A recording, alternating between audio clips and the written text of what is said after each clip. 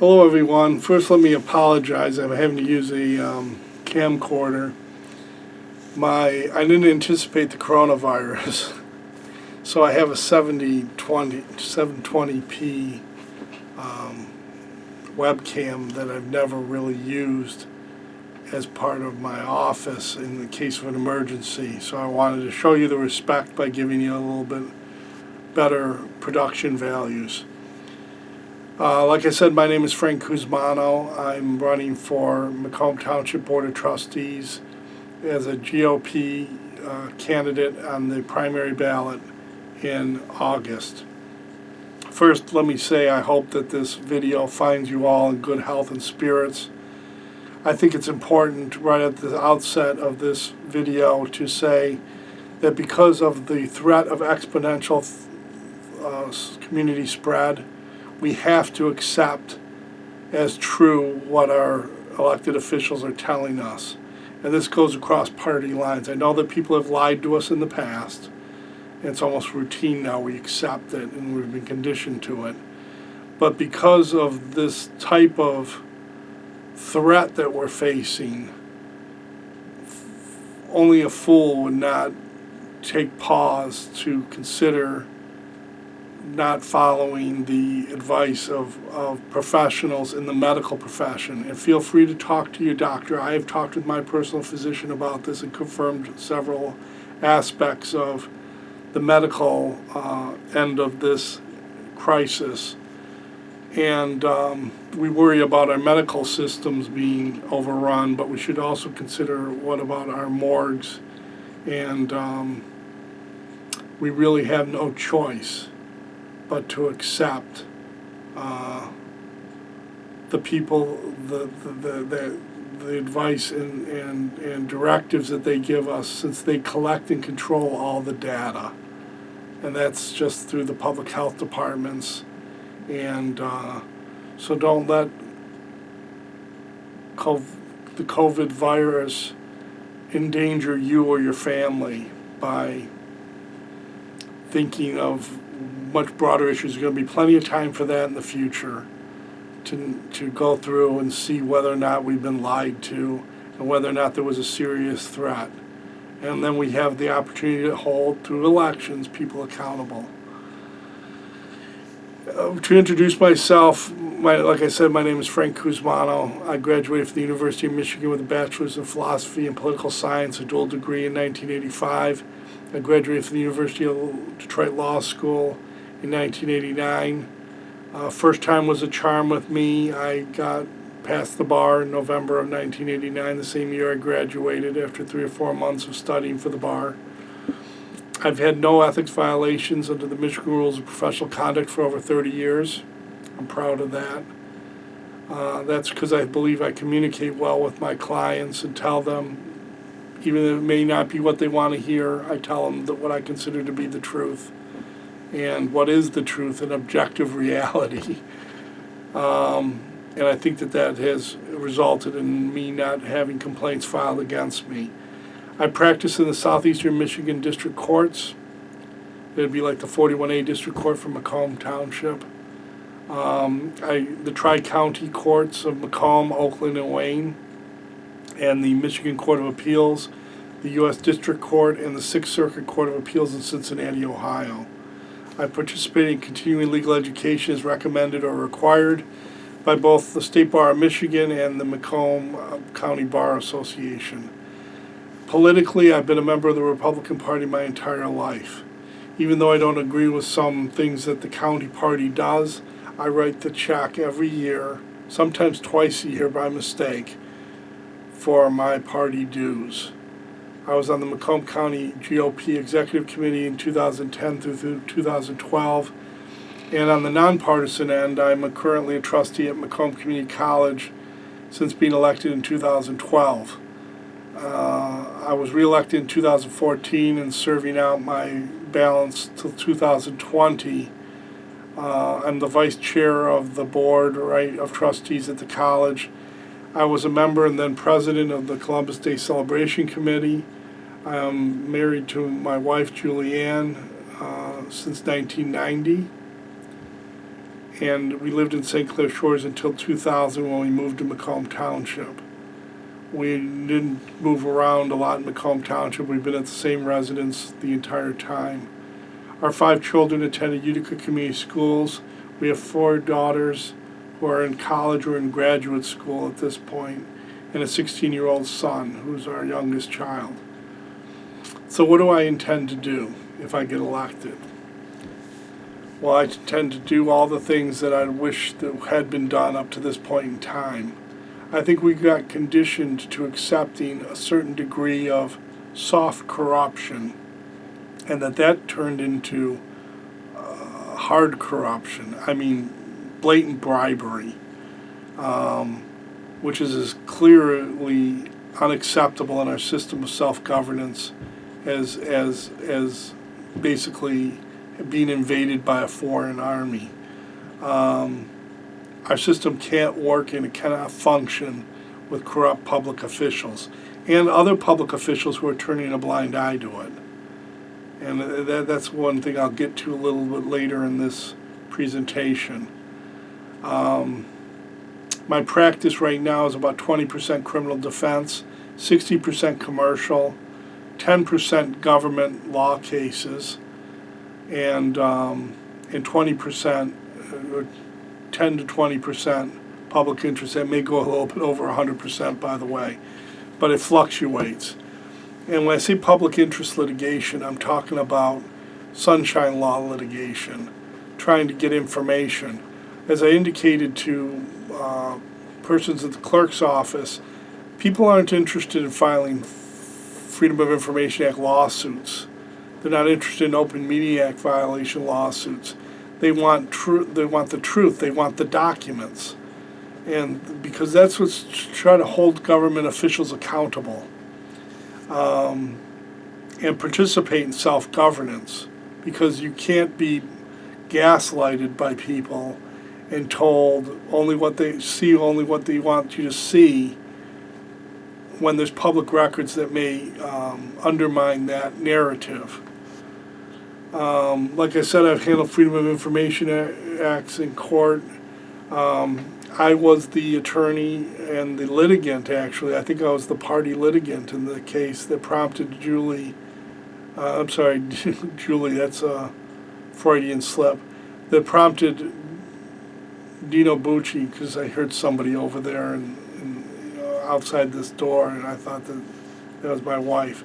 Prompted Dino Bucci to retire and stopped him from drawing a paycheck from the township.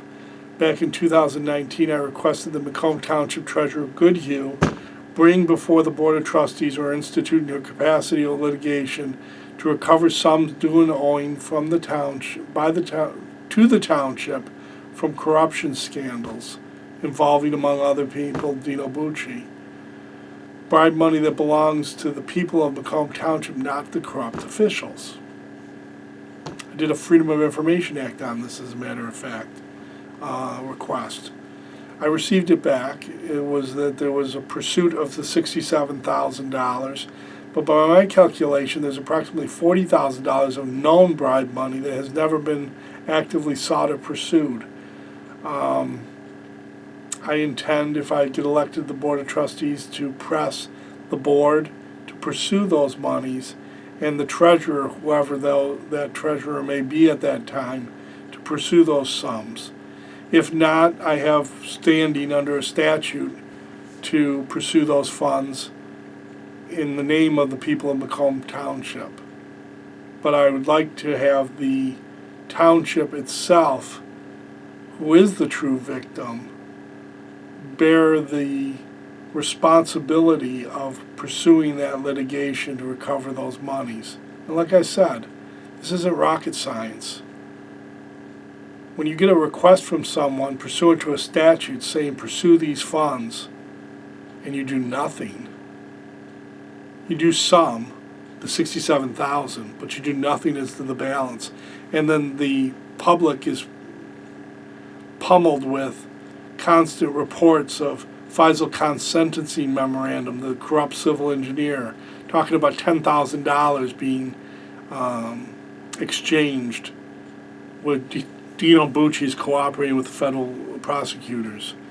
It's a little hard to understand how this could occur. But either there's some gross dereliction of duty going on with the elected officials involved, specifically the treasurer, I'll name her, Karen Goodhue. She was the one that the request was made to. She's the one who has the responsibility for the safekeeping and custodial aspects of the funds of the township. And she does absolutely nothing.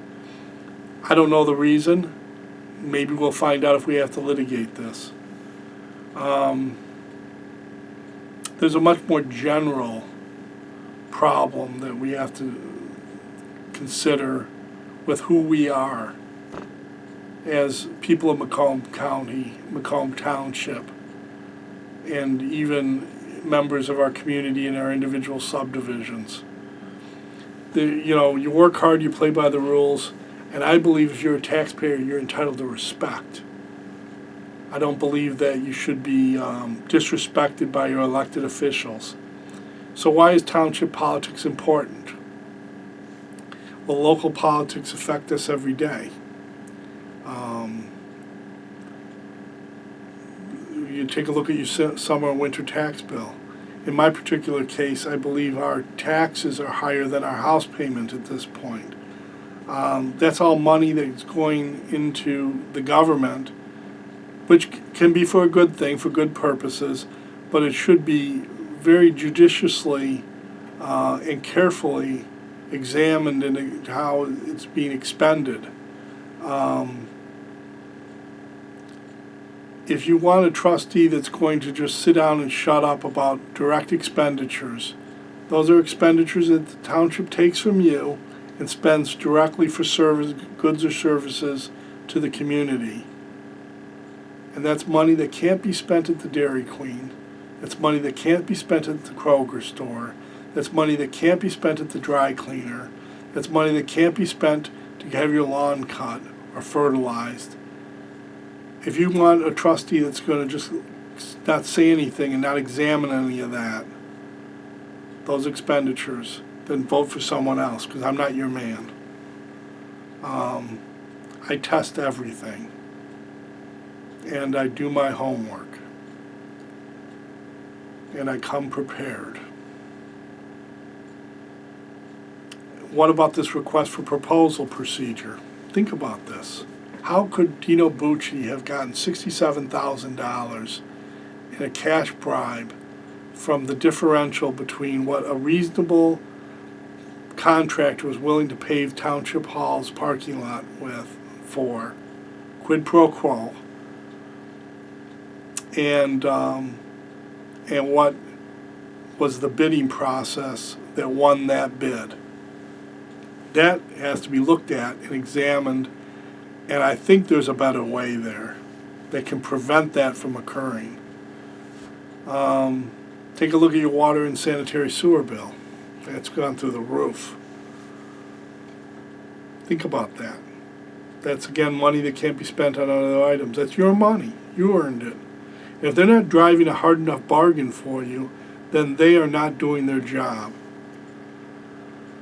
Those rates are negotiated, if you want to call it negotiated. In truth, there's no negotiation. The Great Lakes Water Authority and previously the Detroit Water and Sewage just throws their demands down on the table.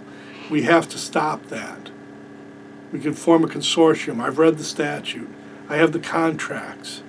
It's this thick, the amendments. It's a mirror image that I'm looking at. But the contracts and the 3 or 4 amendments are voted rotely, just yeses. And that's not good governance. That's not the Board of Trustees doing their job. There should be a full committee meeting, and people should be able to come and talk. And to be honest with you, these contracts should be made available online so that anyone who wants to make a contribution to this discussion can do so. But I propose forming a consortium with the other northern Macomb County suburbs to either present a credible threat that we have an opportunity to find alternative sources for our water, or negotiate in a block for extended terms and conditions. I certainly find it very disturbing that while we're a growing township, our 1,000,000 gallons daily flow rate is being decreased so that we're set up to fail, so they don't have to provide us with water pressure and they don't have to provide us with pricing structures.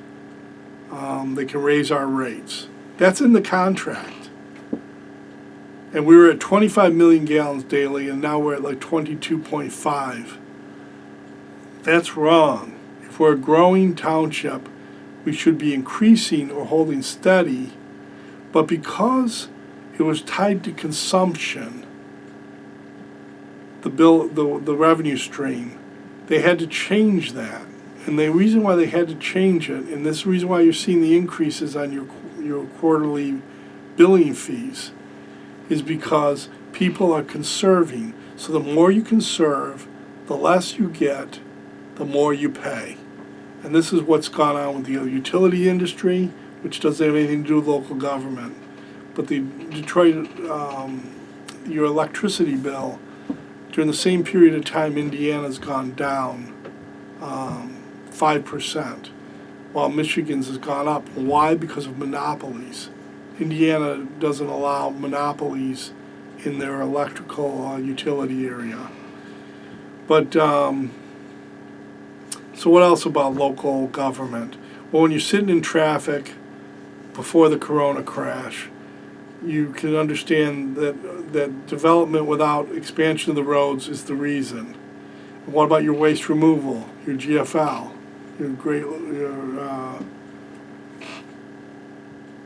it used to be Rizzo, now it's Great Lake. I'm thinking Great Lakes Water Authority. It's GFL. The parks, whether a strip center will be put next door to you or where you had believed it would be impossible under the master plan, that's all local government. So I look forward to engaging each and every one of you in this forum if you leave comments, or if you want to have a debate, live stream on Zoom. Yes, this is what we've come down to. You will have to put up with my 720p low definition camera, but it works. I've had hearings with Judge Coretti on it so far, and everyone's been able to hear me well. So that concludes my remarks for this evening. I hope that everything continues to go well for you and your family, and look forward to speaking with you in the future about where the township's going. I think there's great things and great potential for us to be leaders in the state of Michigan, and then Michigan lead the entire country in solving the problems that confront us. And I think we should be proud of the fact of who we are and where we've been and where we're going.